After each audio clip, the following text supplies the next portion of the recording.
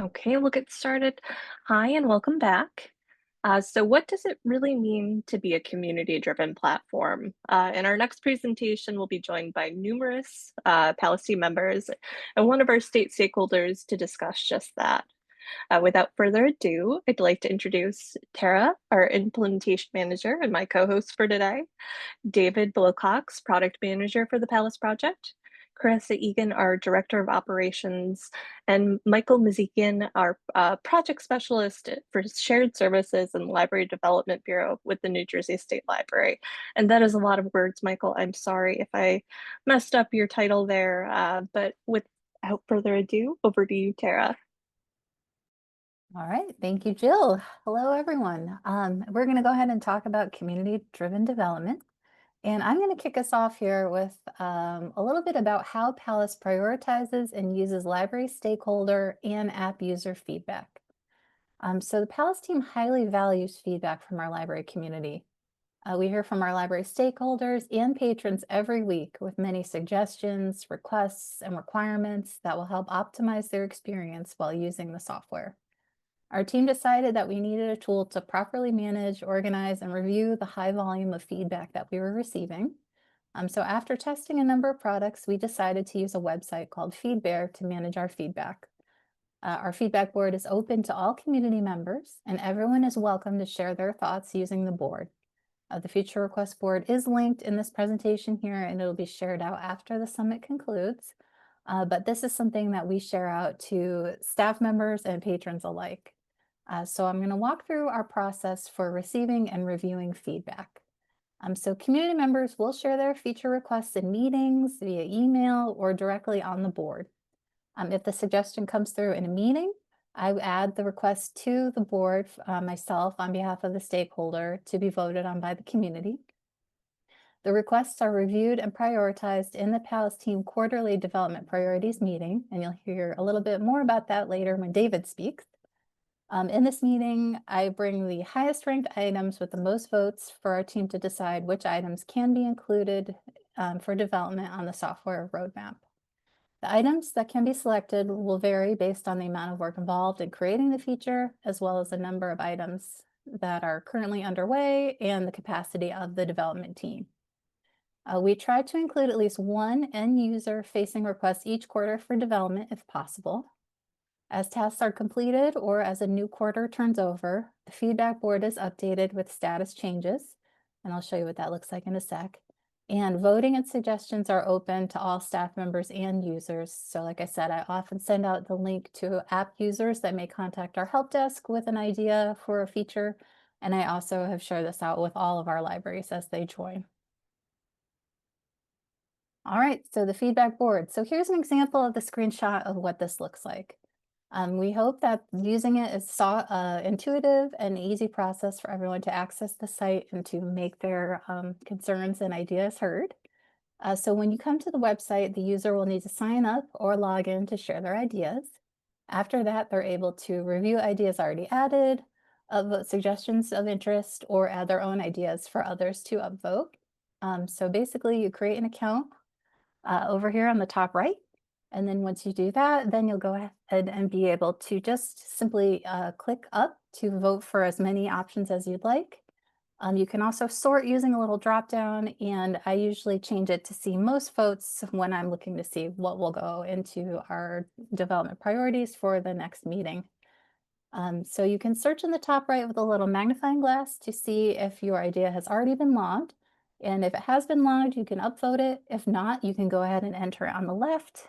You'll enter title, description, and you can attach any images you'd like along with your name and email to add that for others to vote on. And updates are added as tags above each item as they become available. And so you can see some examples. Things are either being prioritized, research is underway, or when items are completed, I will usually add an update and go ahead and tag that item as done. So it's a fairly simple process here, but it is a great way to organize and keep all of that and also keep our community posted on how updates are working. We also have a software development roadmap that David will talk about a little bit in a few minutes here. But this is just the first step in how we take feedback from one section of our community to share with the wider team. All right, and I'll go ahead and move here to, oops, sorry, the sources of input for development priorities, and that's David. Thanks, Tara, and hi everyone. David Wilcox. I'm the product manager for the Palace project, and I wanted to kind of zoom out a little bit in this session and talk a little more holistically about our overall development priority process. And I'll start by kind of talking through a few of these sources of input for priorities. Tara, of course, mentioned library stakeholders, which is a very important group for input. But we also look at a variety of other sources, and all of these have to get funneled into a kind of single development process for work. So we also look at things like trying to get feedback directly from users. Often we see this through things like App Store reviews. And here you'll typically see some feature requests, but also a lot of times users will kind of point out some of the various pain points, some of the things that are going wrong that they're not enjoying about the apps, and that can also kind of feed into our process for what we want to try to work on next.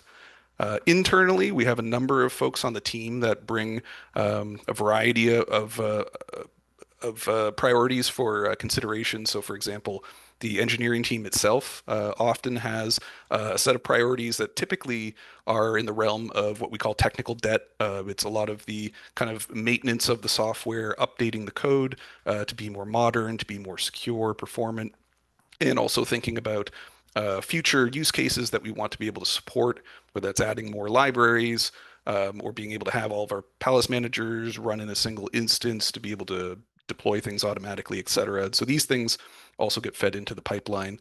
We look at operations and support, so kind of looking through the support tickets that are coming in to try to identify patterns.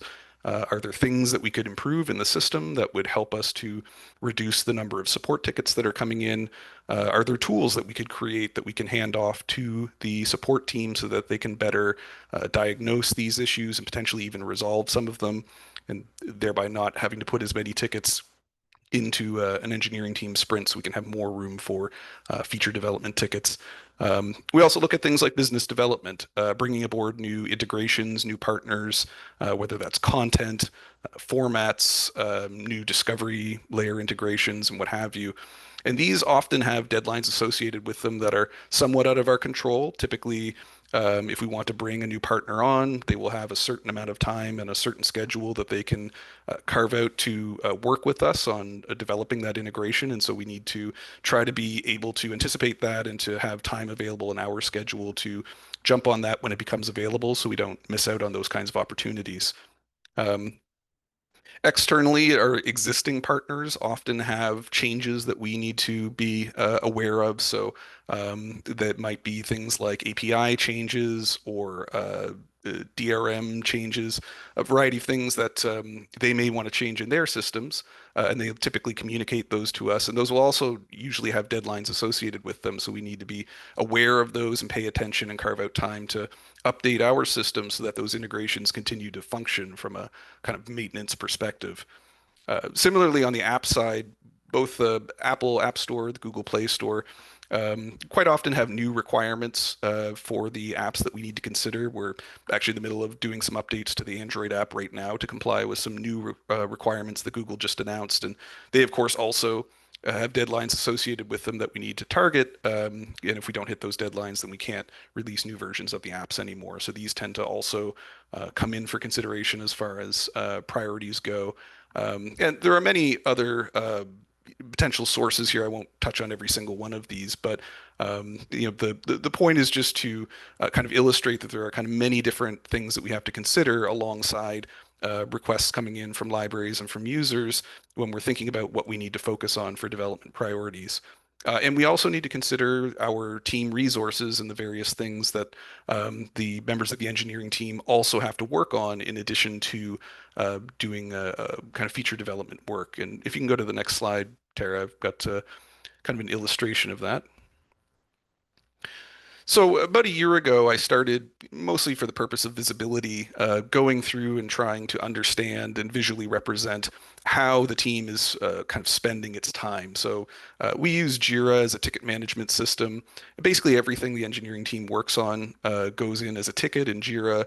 It gets assigned a point value that represents how big, the level of effort, how challenging that task is going to be to complete. And roughly once a quarter, I go through and label every ticket that got worked on and put them in one of six buckets that you kind of see illustrated here, and I'll talk through these. The purpose is really just to get a sense of how are we spending our time, and therefore, what can we expect to be able to work on in the next quarter's worth of work. So you can see here in a typical quarter, these do change a little bit, but I've generally found they don't change by more than 5% or so on either side. So about a quarter of our time is spent doing work directly on features that are on the roadmap for work, and then about a similar amount of time doing fixing bugs basically in the system. And these are pretty related. Some of these bugs were in the system for a while and they get surfaced and fixed, but in a lot of cases, these are bugs that were inadvertently created through developing the new features. Generally speaking, especially in a system as complex as Palace, making a change in one part of the system can often introduce a unanticipated problem in some other part of the system that we generally detect once we do end-to-end QA testing, quality assurance testing. And so most of these bugs never actually make their way into production, and users never actually see them. Most of them we're fixing ahead of time, although some do slip through, and then we fix them and do a new release. But that accounts for about half the time that the engineering team spends, and then the rest of it sort of falls into a variety of smaller buckets.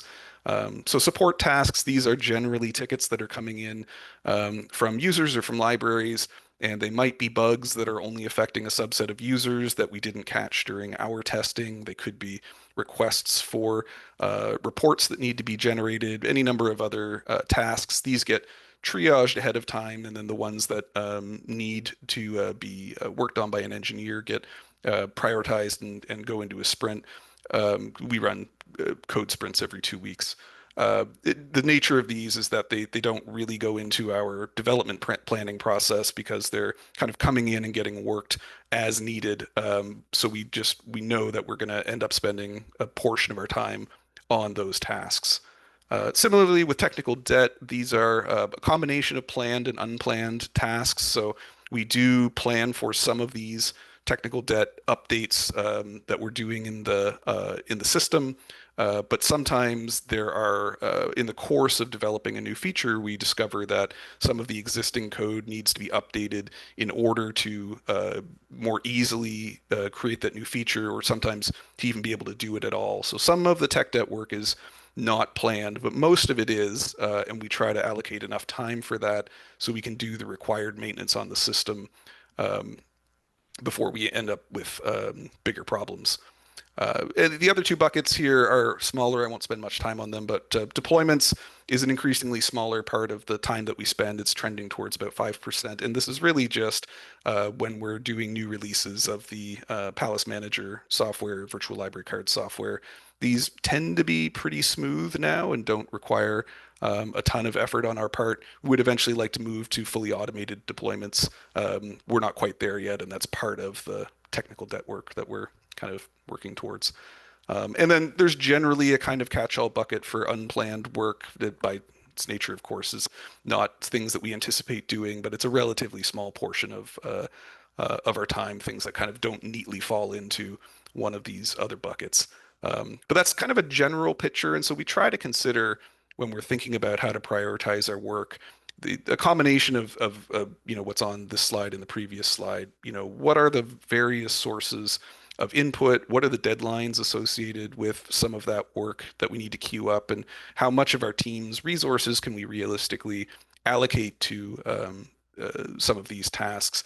As we try to take all of that into consideration when we go into our quarterly development priorities meeting, which if you can go to the next slide, Tara, I've got a few points on that. So we generally meet once per quarter to plan our development priorities. This is an internal team meeting. Everyone on the team is invited.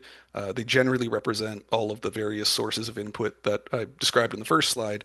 Uh, and everyone's encouraged to come and bring new items for consideration or elevate existing items that need to come up higher in the priority list. We try to be very practical with this, so we have primary, secondary, tertiary categories, and then a kind of unprioritized list below that. We try to have no more than 6 items in each category to keep things really focused. And where the outlook is really 3 to 6 months, we were finding that further than that, the priorities tend to change too much. We're generally coming together, every quarter, and some things get reprioritized. Something that was higher might end up going lower. Something that was lower might come up. Some things get finished, and then we have room to put new things on the priority list. But this is really an opportunity to kind of holistically look at all of the different things that we have to be concerned with, and try to come up with what are the 6 most important things for us to be focused on over the next 3 to 6 months. And that's generally what we try to come out of that meeting with an understanding of, if not necessarily a complete consensus. And if you can go to the next slide, Tara, I'll just finish here by talking a little bit about how that sort of process looks from beginning to end. So, once we've had the meeting, we've set the priorities, and we've identified a particular feature that we want to work on. And, this could be anything, in the past, some of these things that have come through include things like push notifications or audiobook bookmarks, offline listening, or more recently, we did a fairly major update to the book details screens on both of the apps. But the process is generally the same with any of these features. We go through and try to determine what the requirements are for building the feature, and then if there are user interface elements, workflow elements associated with it, we'll go through a product design phase, which is pretty iterative. And often involves getting some feedback from the team on what is and isn't technically possible before we get a final design. Then we'll move into an implementation phase, which is also fairly iterative and sometimes does have some back and forth with product design. It does happen sometimes that we'll be in the middle of implementing something and realize that some element of the design just isn't possible in the system and we didn't catch it early enough. So we go back and modify the design to uh, align it with what's possible with implementation. And then once we have something testable, we'll generally then move into a validation and quality assurance process. And this is generally where we find most of the bugs. We'll validate the feature works, but then before we do a release, we'll do a complete end-to-end test in the whole system. And that's usually where, if there is some kind of a problem somewhere, it'll generally appear during that process. Not all of the time, but we do catch quite a lot of stuff in the QA process. And then once that's complete, we proceed to release. And releasing is a little bit different depending on whether we're working on the Palace Manager, Virtual Library Card versus the mobile apps. We have a lot of control over the Palace Manager. It's deployed in our environment.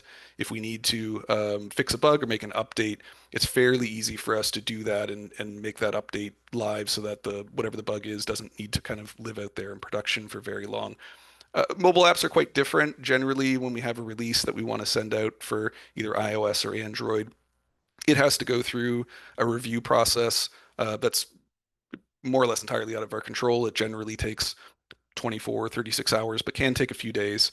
And then once that's complete, we usually do a kind of a phased rollout. I have a little screenshot here of our Crashlytics monitoring tool.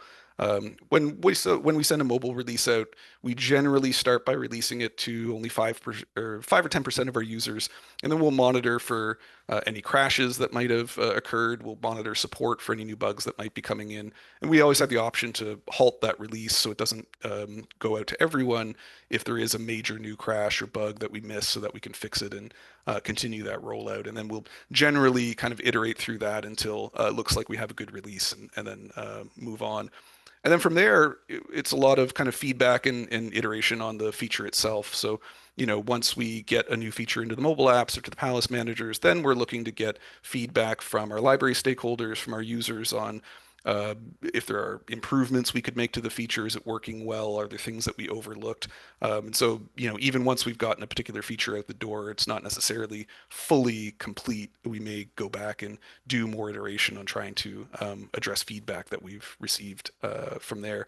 And this is one area where we want to start trying to get some earlier feedback to be a little bit more agile in our process and to try to earlier so that by the time we're getting a new feature out into the apps or into the Palace Manager, we've already had an opportunity for some feedback and been able to incorporate that into the process. I think with that, I'll turn it over to Carissa to talk a little bit about that sort of community feedback process. Thank you, David. Hello, everyone. I'm Carissa Egan, the Director of Operations for the UX and Community Engagement Division. That was the perfect segue. I couldn't have asked for a more pristine segue, David. Thank you. I think the processes and the tools that Tara and David just reviewed are a synthesis of kind of how the Palace project has grown over the last several years. And I think we're at a point now where the platform has matured enough that we now have identified a need for other community groups to establish them in order to really narrow in and focus the feedback that we're receiving. So we have, as Tara covered, like a general pipeline to encompass all of the feedback that we're receiving from various channels. We have our internal process and workflow for how we then apply that to the actual product development and engineering work. And now I think we're at a point as we have matured as a product to establish a couple different groups to kind of further refine that feedback coming in and further polish the Palace project along with all of our stakeholders collaboratively and really put the library owned and library driven into the Palace project. So as noted on the slide in front of you, I've emailed a few folks, possible attendees on this call, as a matter of fact, about the Palace working group that I plan to chair. I was hoping to get it kicked off this year, but I'm running out of time. So starting in 2026, I'm planning on pulling together a group of practitioners at our library partner organizations. And to David's point, this group would really be folks who would help us do beta testing to help write and refine product requirements, really do that more kind of early, sooner, better testing as we iterate on the Palace project going forward. We've also identified a need for, again, all of these group names are TBD, an ambassadors group, again, starting hopefully early next year, meeting quarterly, that Jill, our co-host today, would be chairing, really focused externally, supporting our partner libraries and the folks there who have external roles, communicating with patrons, communicating with other staff members, communicating generally about the project, and to harken back to the initial stakeholders panel, kind of all of the wisdom and the best practices that have been established and the things that the darts that have been thrown at the wall that have stuck in terms of getting patrons to adapt the app, fellow staff to use the app. Like, what are all of those things? So mailing out candy, as they've done in Rhode Island, maybe a thing.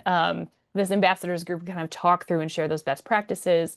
Would also funnel in additional requests for resources that the Lyrasis team could provide to our partner libraries as we implement, configure, and then help libraries roll out the Palace project, and then support them, obviously, long term.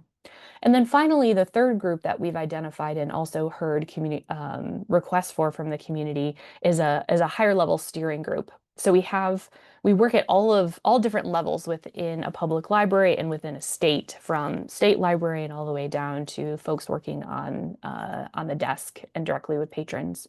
So the third group really would be those high level stakeholders, the state librarians, the consortial directors, the library directors, working with our director, Michael, to set the tone and talk through kind of the long-term strategic thinking for the Palace project, and how some of maybe the more nuts and bolts feature development might roll up to those kind of higher level trends that you're seeing in the public library and academic library space.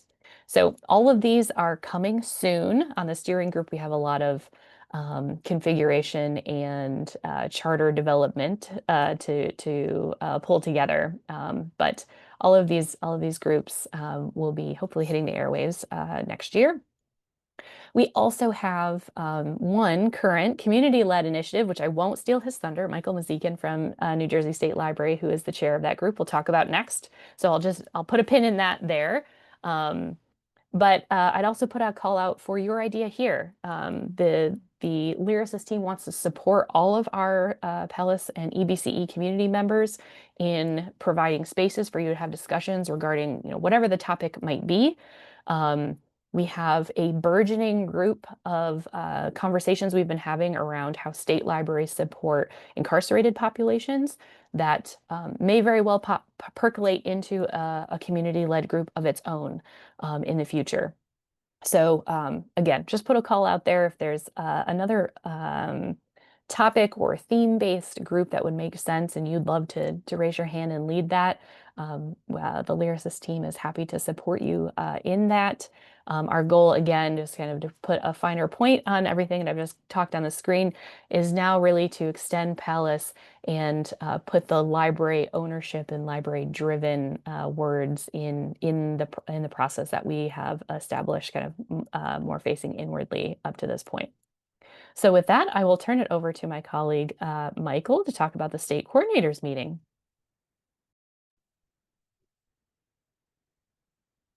Hey everyone, I think I'm on over here. So hi, thank you for that introduction, Carissa. And hi, I'm Michael Mazekin. I'm the project specialist from the New Jersey State Library and project manager for the PALAS project in New Jersey.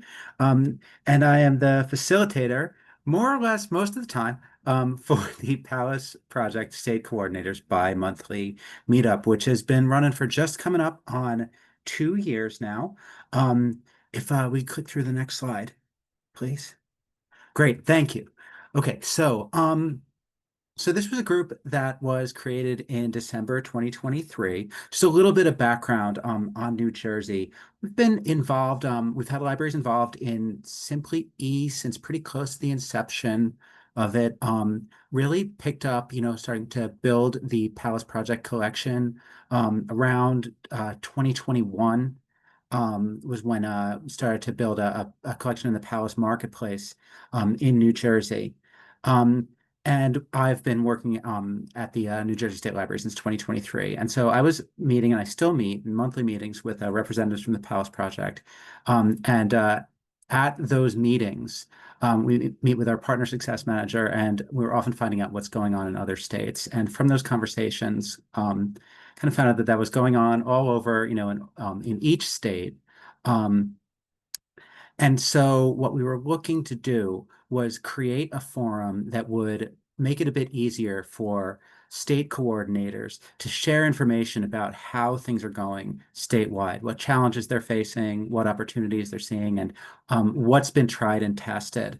We meet every other month on the first Wednesday. And we attempt to share information through open discussion, opportunities for crowdsourcing answers on a wide variety of subjects. We'll go into a few of those a little bit later on. Updates from PALAS project representatives to a large number of state representatives all at once, and then opportunities for each member, state, and organization to provide updates as well. Go to the next slide. Thank you. So I would consider this a community of practice. And before I wrap up today, I'd like to offer a little bit of information on just how to start your own community of practice, because this really was a grassroots effort coming up from from the state coordinators with the support of the PALAS team. Our meetings are open to coordinators and project managers from all of the participating states. We reserve time for representatives from the PALAS project and Lyrasis. You've heard from the people that most commonly attend, Tara and Jill, usually join our meetings, but we've had other members of the team, including Carissa, I believe, drop in as well. And guests, and that's a pretty broad definition of guests. Generally, we've hosted people from states that were interested in joining the PALAS project, people who were just looking to learn more about it. people who were there, to gain information from state libraries and statewide agencies, people filling in for the person that usually attends. We don't really stand on ceremony in this group, and we try to keep things fairly open. We can go to the next slide, please.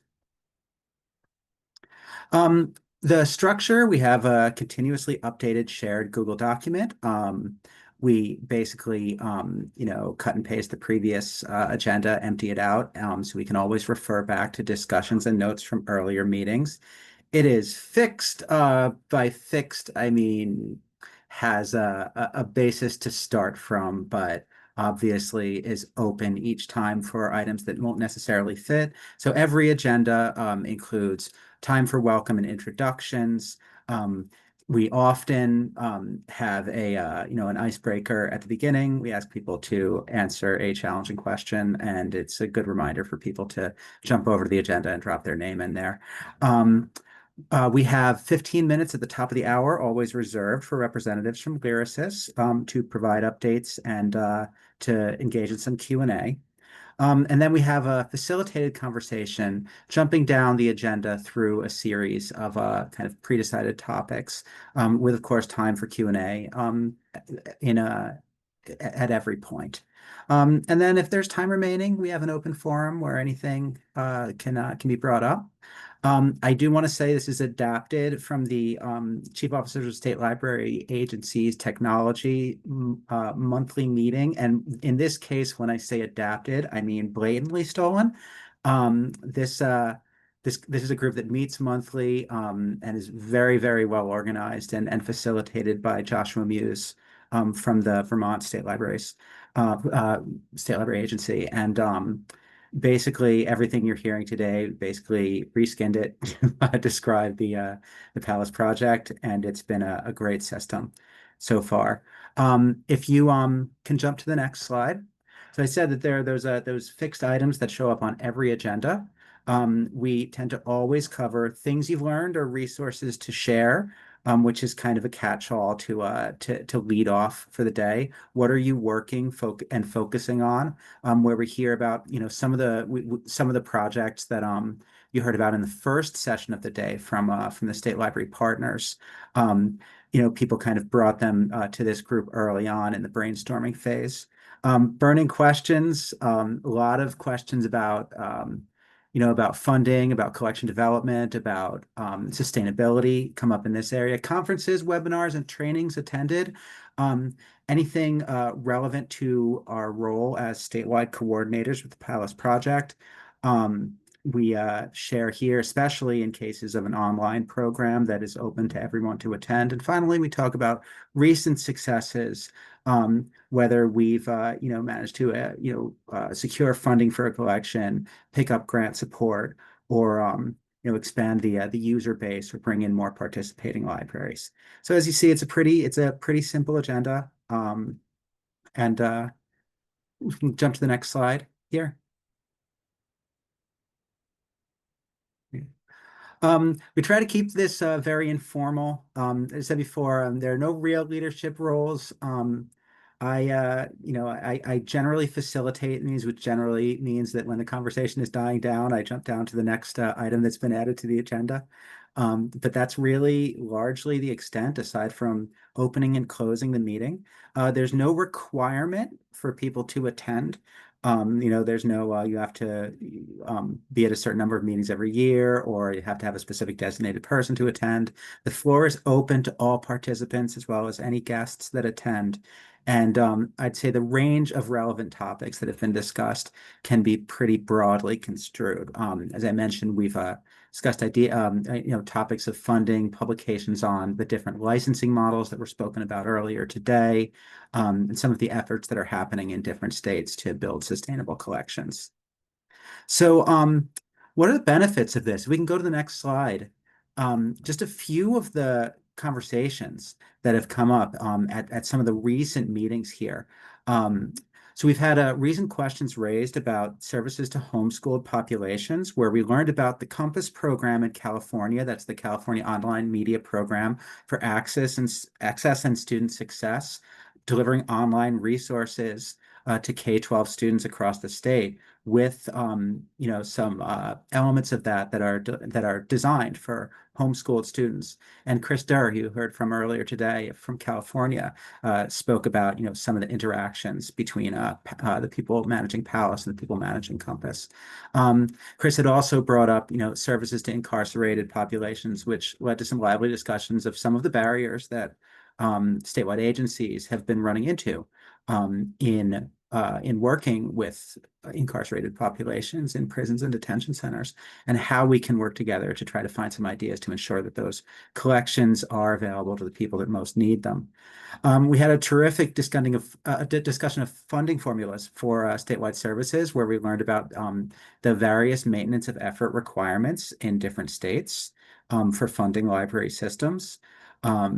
We discussed virtual library cards. I'm going to give a shout out to our folks in New Jersey here, although we don't have the only or the first virtual library card. We do have one, the New Jersey statewide virtual barcode, where we are building a Palace Marketplace collection on topics, people, industries, geography, and culture, all related to the state of New Jersey.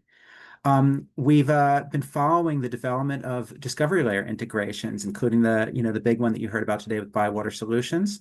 And we were able to follow along with the development of the Ocean State Library's E-Zone up in Rhode Island.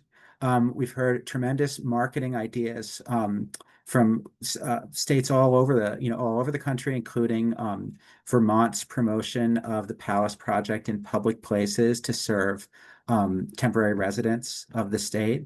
And finally, one of the challenges that many of us facing are some of the challenges to academic library implementation. I know Brad Bullis, who you heard from today, has sparked some interesting discussions in this group about some of, again, the challenges we're facing in getting academic libraries on board with popular reading collections, and how we can serve our faculty and student populations better.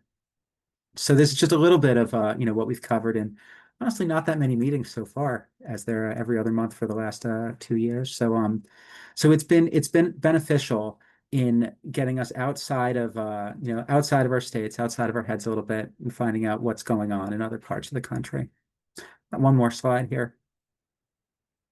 All right, so as I said before, this structure was heavily cribbed from the COSLA structure, and I highly recommend reusing it to create your own community of practice. I love lists and I love steps, so really these are the steps that we followed to get this one going. It was determining the need and the scope of what we were looking for. Contacting the interested parties, so reaching out directly to the state coordinators, creating a poll for the best dates and times that'll work for everybody, which is the worst part of all of this. But sure enough, you can generally find something that at least work for someone, for most people, some of the time. Send out your invitations, create a very rough agenda, and at that first meeting, discuss goals for future meetings and where you want it to go. So if you were looking to create a similar discussion or spark a similar discussion in your state, or with similar agencies, or with agencies in your state providing similar services, don't wait for someone else to do it. That could be you starting that. That's really what I have today. I'm happy to field any questions. Also, as I said, we are happy to host guests at our meetings. So if there's anybody interested in meeting some of the state coordinators out there, please just shoot me an email. My email is, I can drop it into the chat over as soon as I'm done here. And we'd love to have you. And that's what I got. Thank you for having me here today. Thank you, Michael. That was great. I learned so much from everyone. Once again, this has been a really wonderful experience for me to hear from all our stakeholders and my colleagues. So I really have appreciated this.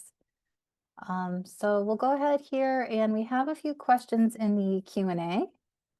We can go ahead and read through these. And I think, Michael, I know you came off. Yeah, of Terry, meeting. you have a second? Can I say? So one of the things that we focused on here was a lot of the newer groups. I do want to mention that we have an existing academic group that already meets bi-weekly.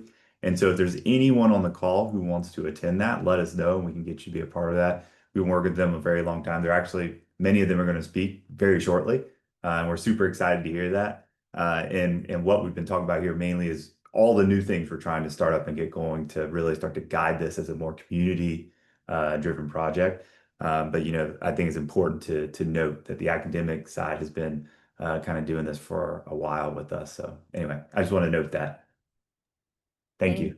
Yeah, thank you, Michael. And we have two Michaels. Thank you, Michael. And Michael from New Jersey has put his email address there in the chat for everyone. So please feel free to reach out to him to get the invite to the state stakeholder group. And then for the academic stakeholder group, you'll be hearing from James English and his panel a little bit later here this afternoon. And he will tell you more about how to join the academic stakeholder group. And then we have a second question here. What kinds of usage data is available from your platform? Do you offer counter compliant reports harvestable via Sushi? I don't know, Carissa, if you want to tackle this one, our data guru to start. I was going to throw it to Oh, Carissa David. because I know that she's spent a lot of time working up some of the reports for usage data that we provide. I can say that we don't currently support Counter. Yes, that's a very easy way to answer no currently to that question specifically. I think to date, the Palace project requirements and use cases around the data that we're reporting has really been geared towards public libraries, where Counter is not as much of a requirement.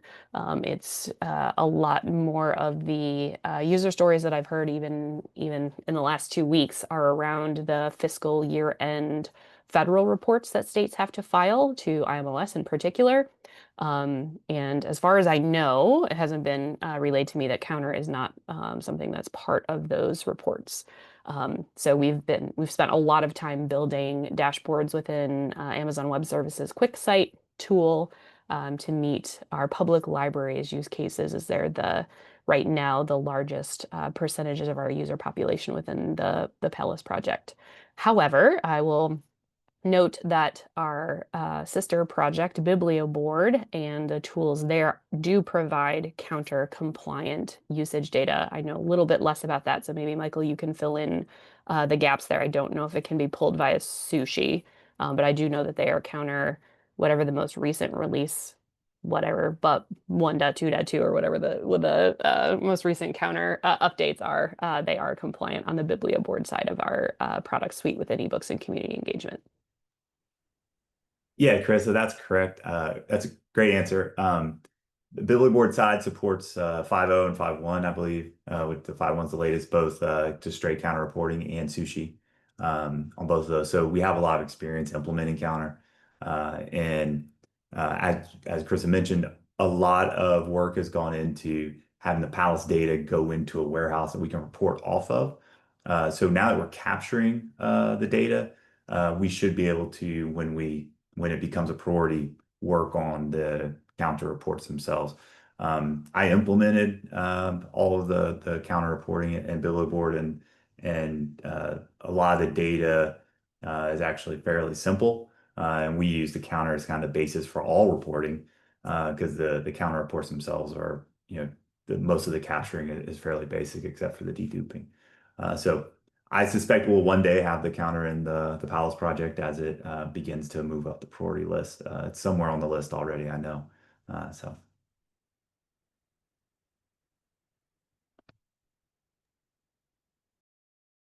All right, thank you. Let's see here. Check in the chat if there's any more questions. And I don't see anything, so last call here for questions. If not, we will take a break, and then we will be back with the Palace Community in Focus at 3:40 p.m. Eastern. All right, thank you so much for joining us.